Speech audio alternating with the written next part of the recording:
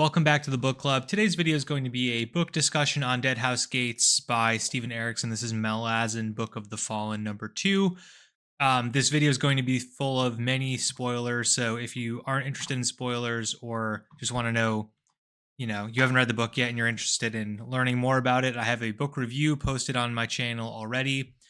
This video is going to go into depth about things I found interesting throughout the book and talk about all the various character arcs and that kind of thing. So spoiler warning for all of that. I've divided up my notes over the past couple days. I finished the book on Friday. Today is Sunday. I divided my notes into a few different sections. The first one is just general things, and then I have a section for each of the character arcs, at least in the way that I was organizing it in my brain. So I have Duecker and Coltane and the Chain of Dogs. I have Felsen and Heboric. I have Kalam's solo mission. Fiddler, Absalar, Crocus, and that crew. And then I also separately want to talk about Mappo and Icarium, even though they're part of the Fiddler stuff for a decent chunk of the book. But I think enough things interesting happened between the two different groups that I wanted to separate them. So to kick it off, just general things that sort of go across the various character arcs that I wanted to talk about. One of the major types of magic or magical things about the world of the Malazan Empire and all this is that shapeshifting is a thing, and we hear about it a bit in Gardens of the Moon because Animander Rake turns into a dragon, and I think that the Soul Taken are mentioned once or twice throughout the book as well. But so it's clear from Gardens of the Moon that shapeshifting is a thing, but in this book we also learn that there's a lot of Soul Taken, and there's also a type of shapeshifter called a diver, which is like a group of creatures, not just one, and they seem to be more powerful. And throughout this book, there's this telling of a convergence of the divers and the Soul Taken that various characters are dealing with. A bunch of the different groups interact with Soul Taken or divers in some way throughout their journey. And so I thought that was interesting. We see a bunch of different. I don't remember if there's any individual Soul Taken that get named. I think there's a couple that interact with Mappo and Icarium, but there is at least one diver or divers who shows up in a few different areas. I don't know if they have a name, and I'm assuming that it's the same person, but there is one diver that is a group of rats that shows up in Fiddler in their arc at some point, and then later they show up as a merchant and actually end up killing Culp and I forget his name now, but the other person with Felsen and Heboric, Bowden. The group of rats diver ends up killing Culp in Bowden. And then they also finally show up at the Azath house at the very end as well. And they are I don't know, a weird group of rats. Which I thought was interesting and kind of creepy. There's also a swarm of blood flies was a diver.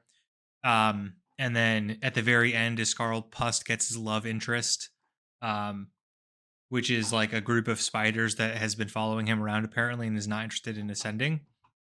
But I guess that brings me to the next point, which is that this whole convergence of divers and Soul Taken was all part of this path of hands where apparently one of these lucky shapeshifters was trying to reach some portal, which is actually in Iskarl Pust's temple at the bottom of it or something. And they were trying to basically reach Ascendancy and become the leader of the shapeshifters. So this kind of leaves some questions still in my mind. I think that ultimately what ends up happening is that Pust is able to plant a false path of hands. So by the direction of Amanus and Cotillion, he plants a false path and leads them to the Azath house. And there they're, captured, their powers captured by the Azath house, and they're not able to escape anymore. But I don't exactly know what the path to Ascendancy really means. This is sort of touched on in a few different places in the book, but this is one of them. It's still kind of unclear what this portal at the or thing at the bottom of Iskarl Pust's temple does, and how somebody ascends and becomes the god of the shapeshifters. I'm also not sure how people become shapeshifters. it's clear, again, Animander Rake is a soul taken because he could turn into a dragon, but like, is that just part of his magical repertoire, or like, was he able to turn himself into a shapeshifter somehow, or like, how does that exactly happen? That stuff is still unclear. Also, I mentioned the Azoth House. That's actually something that I'd wanted to learn more about from the end of Gardens of the Moon. The ending of Gardens had the Jagged Tyrant end up basically walking into an Azoth house and getting trapped, which I at the time was like, this is kind of a Deus Ex Machina. Like, what is this Azoth house? Like, how is it able to just show up and capture magic? But we actually learn more about them. There's multiple Azoth houses across the continents, and you can travel between them. But also, it's like this ancient magic that's like extremely old, older than most of the other entities on the planet that have some. The Azoth has some agenda, but also is able to like capture magic and like retain it. So it's sort of this like magical prison that exists. The total story there is still not explained. There's still more to the Azoth probably, but we at least know a little bit more about like where these houses come from. They have guardians. We learn that the guardian of the Azoth house is actually Icarium's father, although he forgets that because he, has loses his memory loses his memories all the time.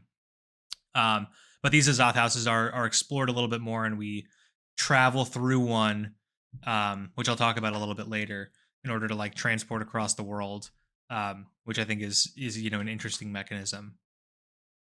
And now, so that was sort of the general things that I wanted to talk about before diving into like specific character arcs. So the first character arc that I want to talk about is Duecker and the Chain of Dogs. Um, for most of the book, Duecker basically meets up with Coltane, and we sort of follow them traveling all the way across the continent of the Seven Cities, from like the east end all the way to the west side. Um, and somehow Coltane is able to, he has the trust of all of his people. Duecker's not really sure why, because he kind of at first seems like this crazy guy, but he clearly has a very tactical, very strategic mind and is able to, work his way through all these various situations that happen throughout the book. But I think the most interesting thing is that we learn about a new type of, I don't know if it's like a type of magic or like a type of magical person in the universe, which is the warlocks of the Wiccan clan that are along with Coltane and his crew. We also learn that when a warlock dies, the crows come to retrieve the soul and like deliver it to a new person. So basically, there are these teenagers or young children who are warlocks who have the wisdom of these older warlocks who had died in a previous purging of the Wiccan clan. And also at the very end of the book, Coltane dies, and there's like a massive flock of ravens that come to retrieve his soul. So I don't know if that implies that he's a warlock himself, or just that like powerful souls of the Wiccan clan get passed down through generations, and maybe he's just the culmination of like previous Wiccan leaders. And at the very very end, I believe it's in the epilogue, there's like an empty vessel that some woman is holding, and she is about to abort the baby because it's an empty vessel, but then all of a sudden this flock of crows comes, so very clearly she's about to give birth to like the predecessor to Coltane.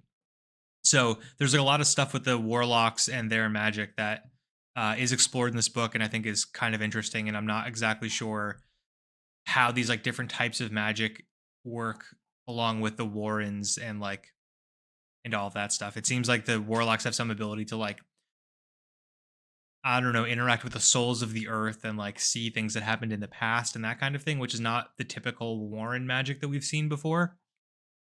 Um, but it's like it's something new, but they can also interact with Warrens. So um, I don't know if we're going to see more Wiccans in the future, more of these warlocks, or more, different types of mages that aren't just the typical, cater mage of the Malazan army.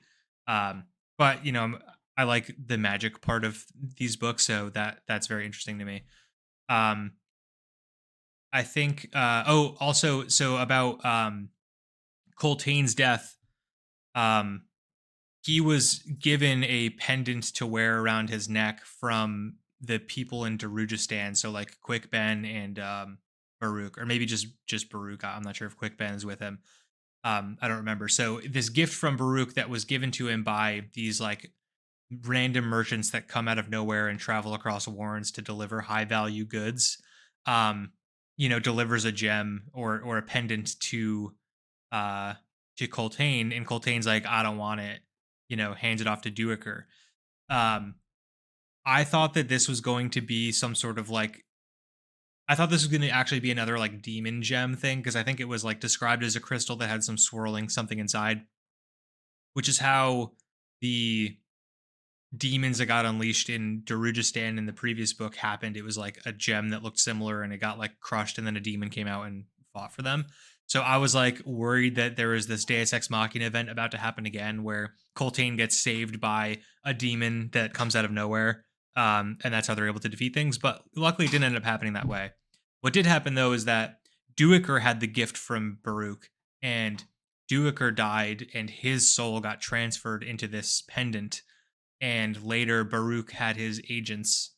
I forget their names, but there's like two little dudes who came by to pick up the gem.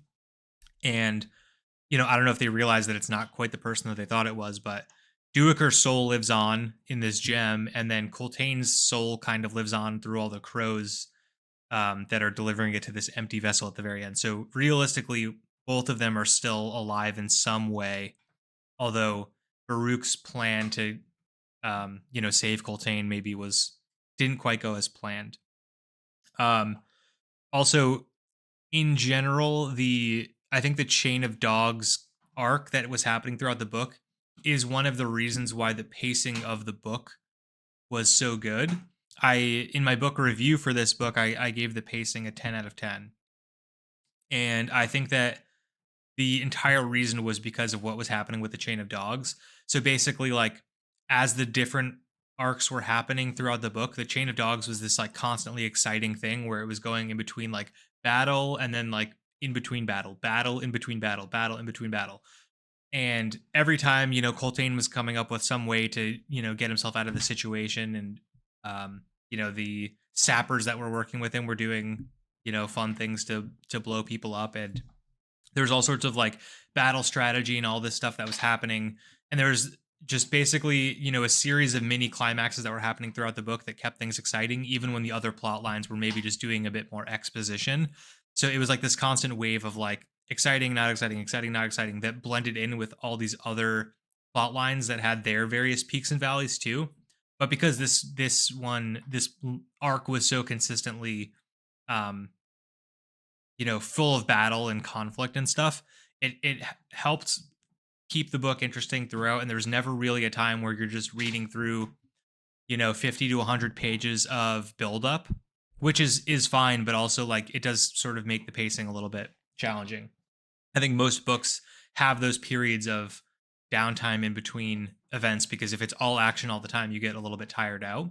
But because there's all these different plot lines, all these different character arcs that are sort of separated, I think that like Erickson was able to keep things exciting through one of these plot lines and just like keep hitting like over and over and over again, while the other plot lines were building up to their, epic conclusions. And it didn't get like tiresome. It didn't feel like, things were just happening to the Chain of Dogs for no reason. It actually like felt like there was a reason for it.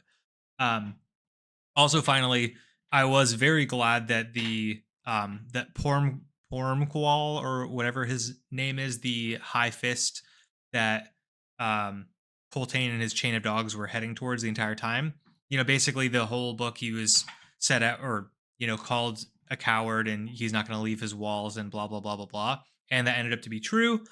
Also, the entire time at the very beginning of the book, Malik Rel, his advisor, was basically called out as like running the show. And I forget the word that they used, but they called him like maybe it was a Gistal or something, like Jhistal, which was some sort of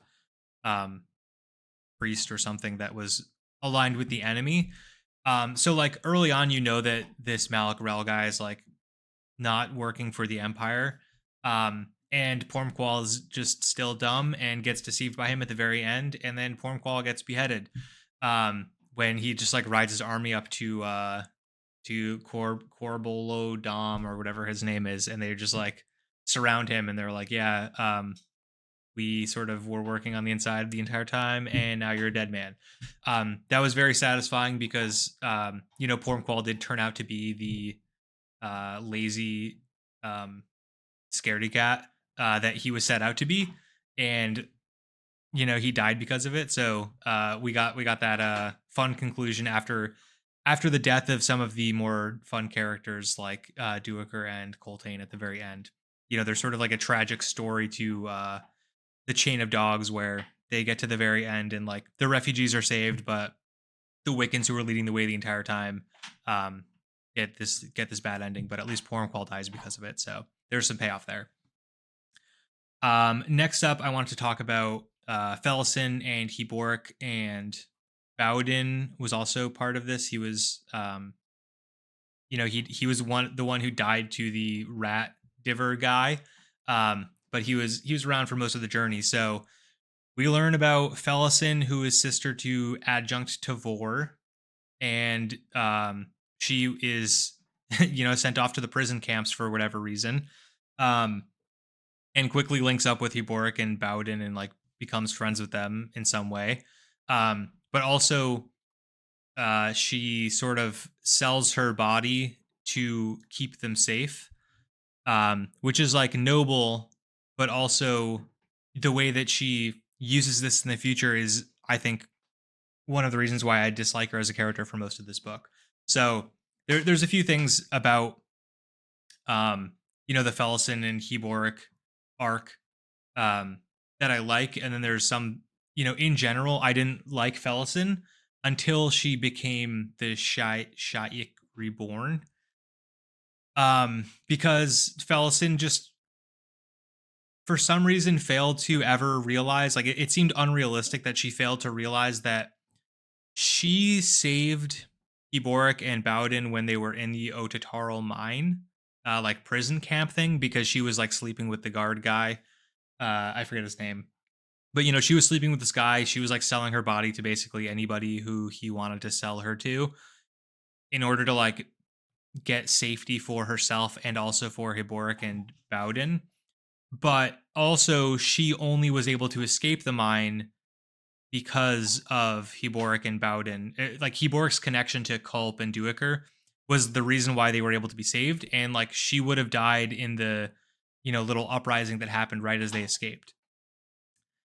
However, she just like fails to or refuses to ever acknowledge that fact, and for the entire book as they're traveling across the desert and then across the sea, and then almost all the way up to the middle of the Raraku desert, she is just like this annoying person who won't let Heboric have anything and will just like constantly belittle him. And then all of a sudden she starts like becoming Shaik Reborn and then like goes through this rebirth. So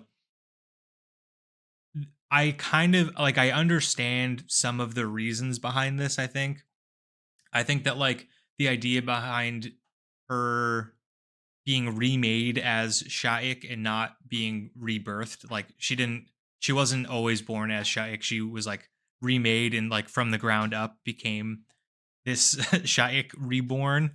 And like I thought that transition was interesting, but also she was at like rock bottom from the beginning of the book all the way until that point, and it seems like it just felt very unnatural to me. Like I can't imagine somebody being um so like set that they're the ones, like they're the reasons that I saved you, you didn't save me, like I'm gonna belittle you and be annoying and all this stuff. It just like felt like she was not realistic in that way, which really just made it annoying to read for segments. I do think that there are the things that happen with Eboric and his you know Fenner relationship was interesting. I also think so. We learned through Bowden that he was part of the Talon, which was another organization like the Claw created by Dancer, to deal with threats that were external to the kingdom. So instead of the claw, which deals with like internal, keeping an eye on things within the empire itself, the Talon was keeping an eye on things outside of the empire. And we don't really learn that much more about like how Bowden was part of the Talon, um, or like what the Talon is that much more. But I did think that that part of the arc was interesting. Also, because I mentioned Dancer, this is something that um, I probably should have written about in my general section. I'm not sure if I have it later in my notes somewhere, but we do learn in this book that Dancer and Kellenved, the original emperor, didn't actually die, or maybe they did die, but they also ascended. And they are now Amanus and Cotillion. So Amanus is the previous emperor, Kellenved, and Cotillion is Dancer. I don't know how much, like, it's still unclear what Ascendancy means. It's somewhat clear that they're not like 100% their original selves. They've been warped in some way by this ascension. Like they're now part of the House of Shadow. Presumably there's some, you know, things related to the House of Shadow and the magic there within that changes them from their original selves, but they did still have a hatred for the Emperor or Empress Lysine, and they wanted to assassinate her in Gardens of the Moon, and like that was still a plan. So they do still have like remnants of themselves. I'm also not exactly sure how that how ascension works, and like if they were about to be assassinated and then they ascended instead, or like they were killed but somehow still ascended. um I might have to just like reread some sections of this book, or maybe that comes up again later or is explained in more detail in another book. um but I think that the actually, now that I was about to say the word path to ascension, but I'm now recalling that that's actually the name of one of the series that's not written by Steven Erickson but written by his like co-creator of the universe. So I imagine that maybe those books go more into how specifically Callanved and Dancer ascended, but also maybe how ascension works in general. Because I think it's a topic that's brought up a lot, like ascendance and people ascending and that kind of thing. But it's unclear exactly how you ascend and like what that means, like how the process works. Um, so there's still some more to learn there. Next up, with Kalam and his solo mission.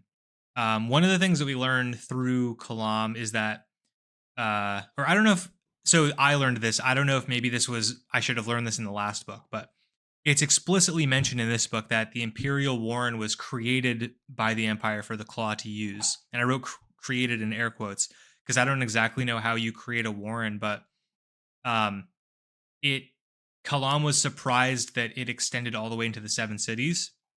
So the Imperial Warren is like how um Haran and maybe it was Topper or one of the Claw people that like picked him up, brought him right into Empress Lysine's chamber in the first book, like in the very beginning of Gardens of the Moon.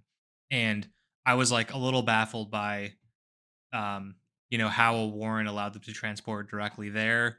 And it sort of makes sense now that like this Imperial Warren, also just by the name the Imperial Warren, like it's owned by the Empire.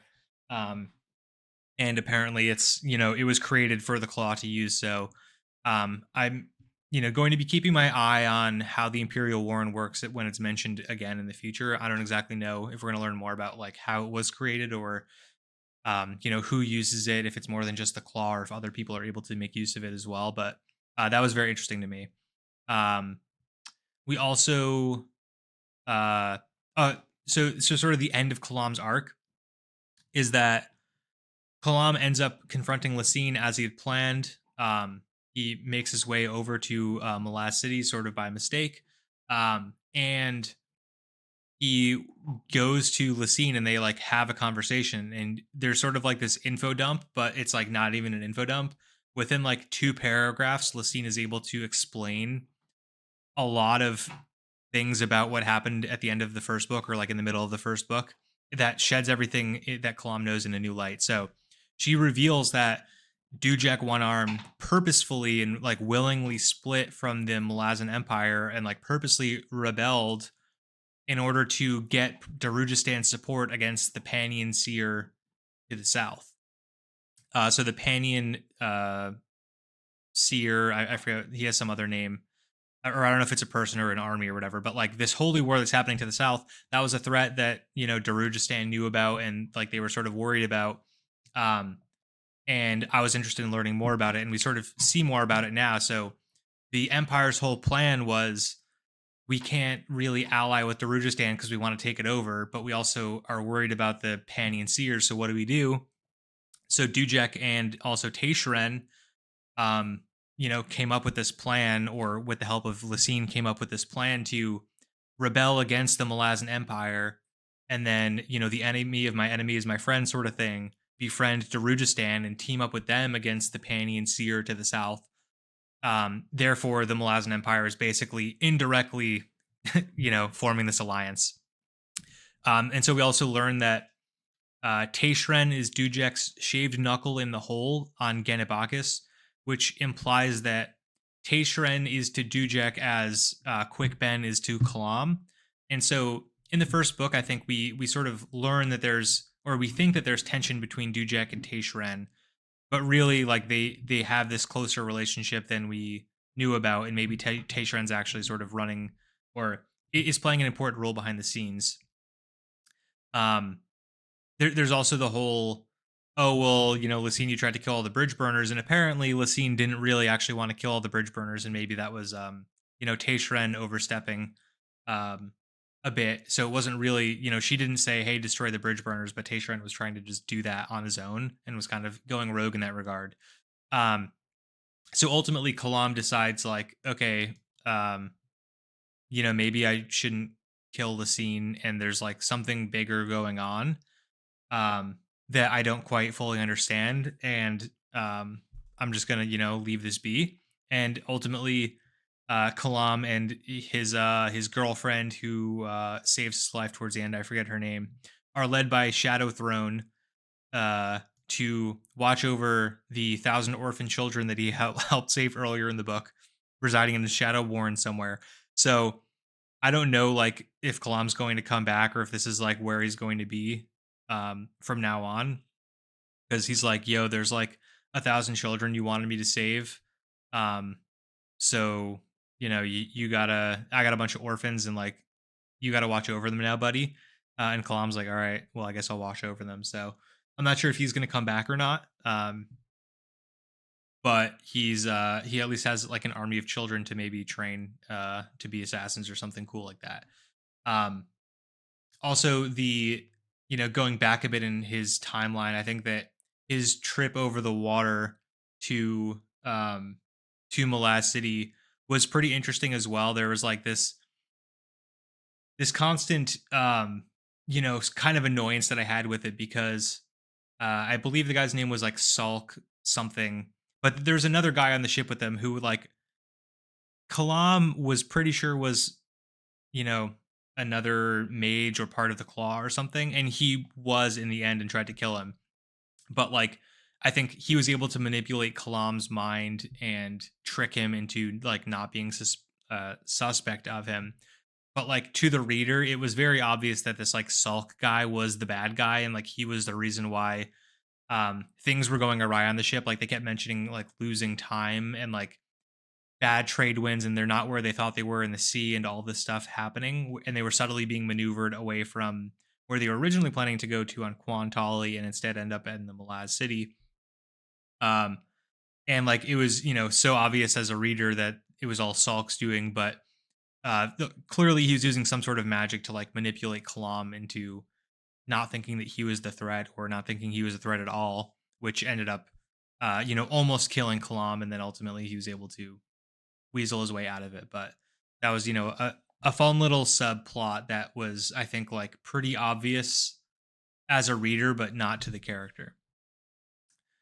Next up, there's the Fiddler and Absalar and Crocus, and also like Iskarl Pust, who is the High Priest of Shadow. So we learned that this was a question that I had. I don't know if I mentioned it in my video or not, but Absalar's father disappeared as well in the very beginning of Gardens of the Moon.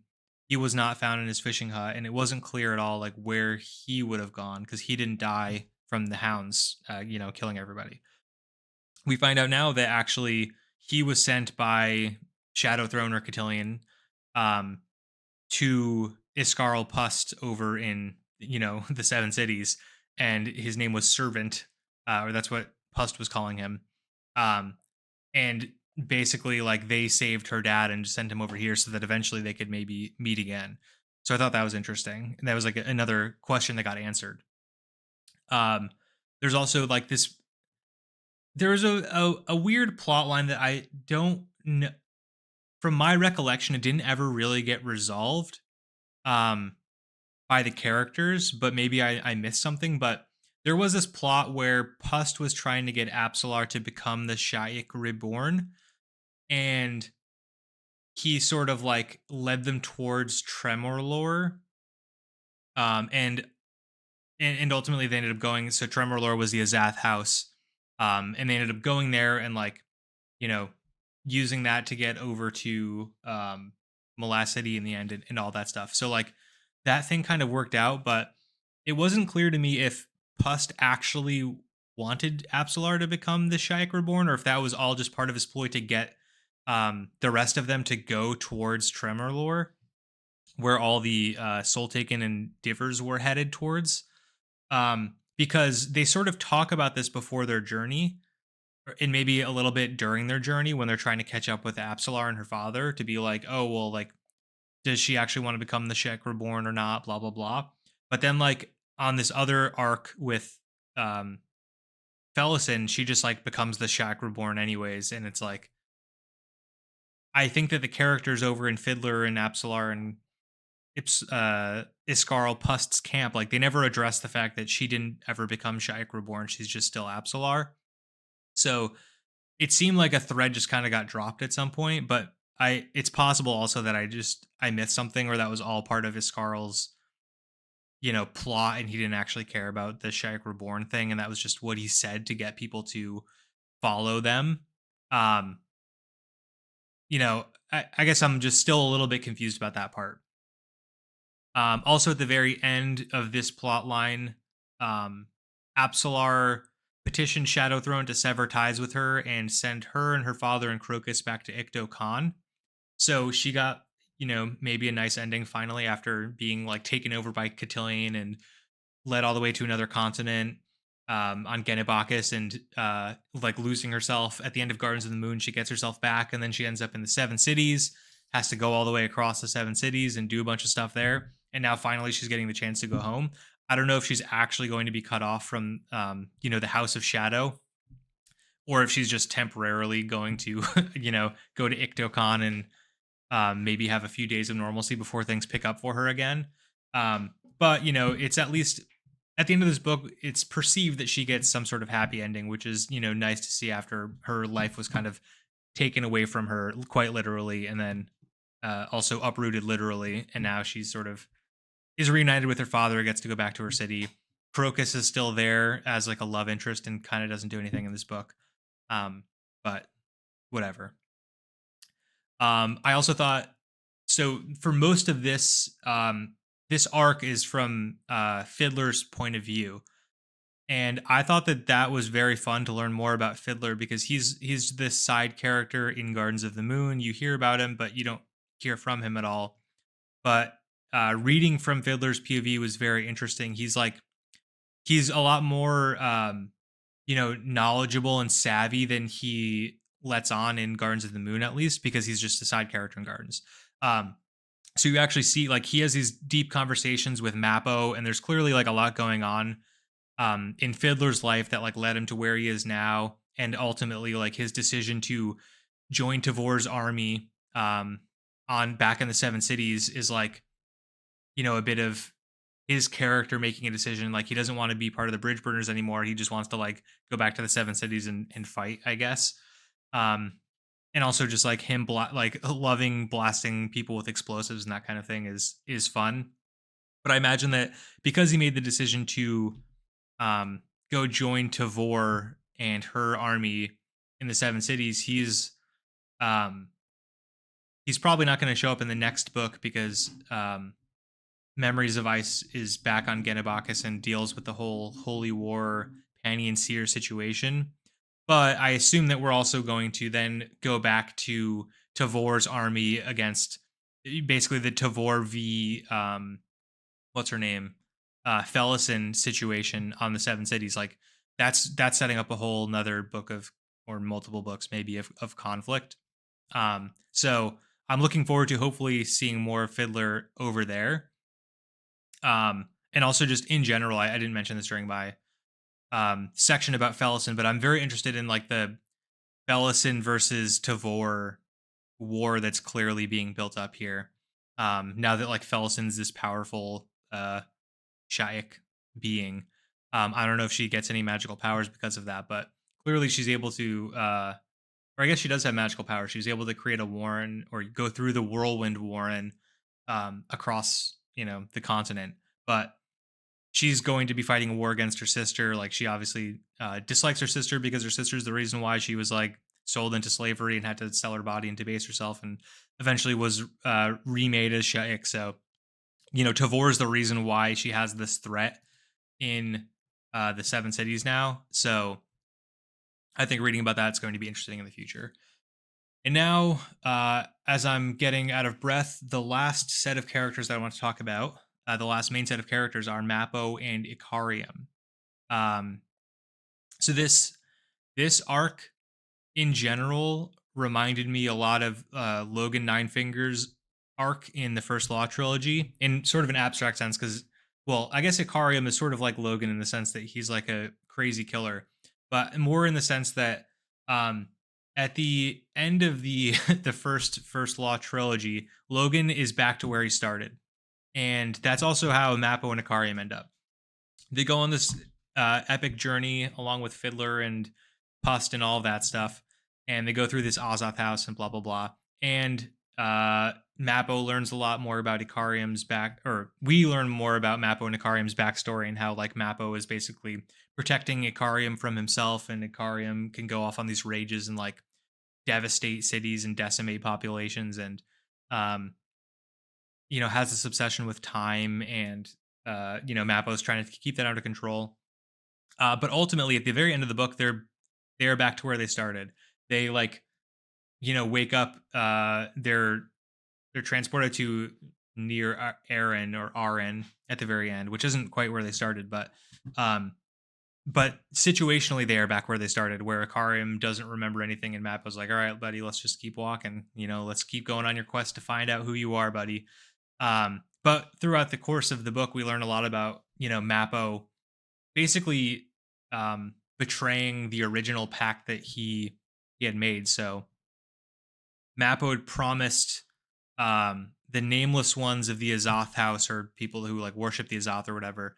Um, he was charged by them to protect Icarium, and eventually we learn deliver Icarium to the Azoth to be captured forever. So part of the Nameless One's plot was to get Mappo to bring Icarium to an Azoth house and like trap him there so that he can't harm the world anymore.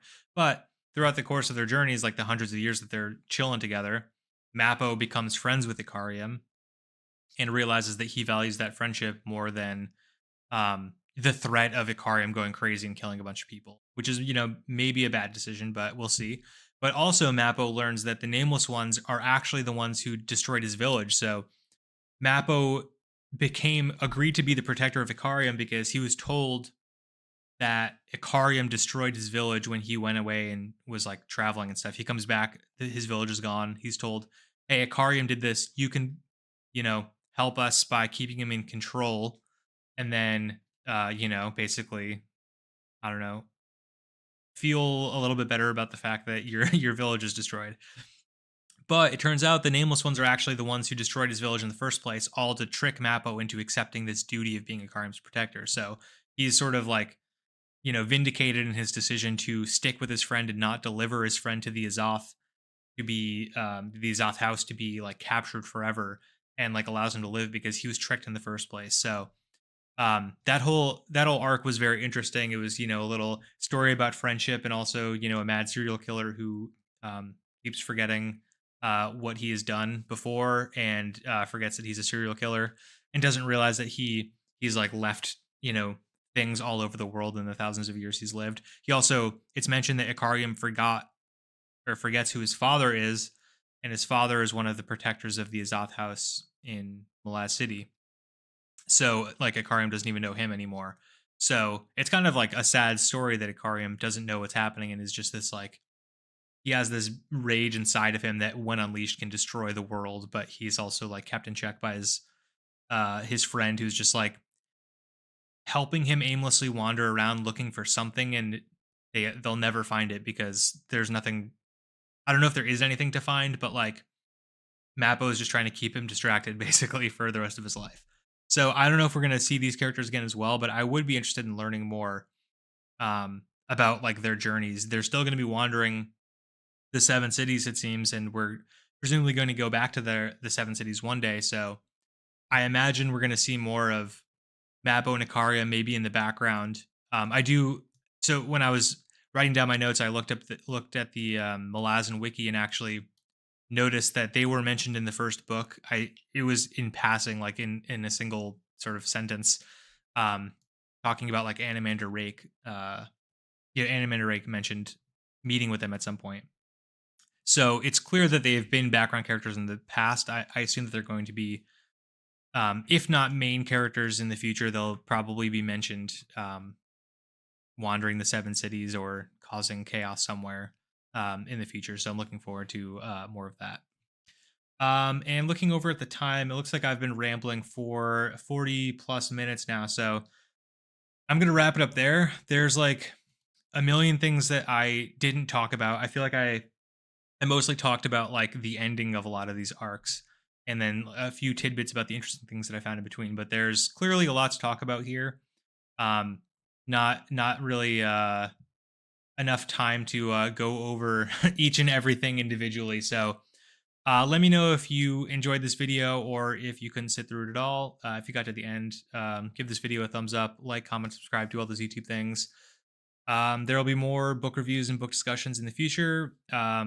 Some of them will be the Malazan series, some of them will be other books. So I'm currently now reading The Trader Baru Cormorant. I don't know if I'm butchering the name of that book, but that's what my next video is going to be about. So if you watch to the end of this video, you are rewarded with that knowledge. Thank you, and I'll see you next time.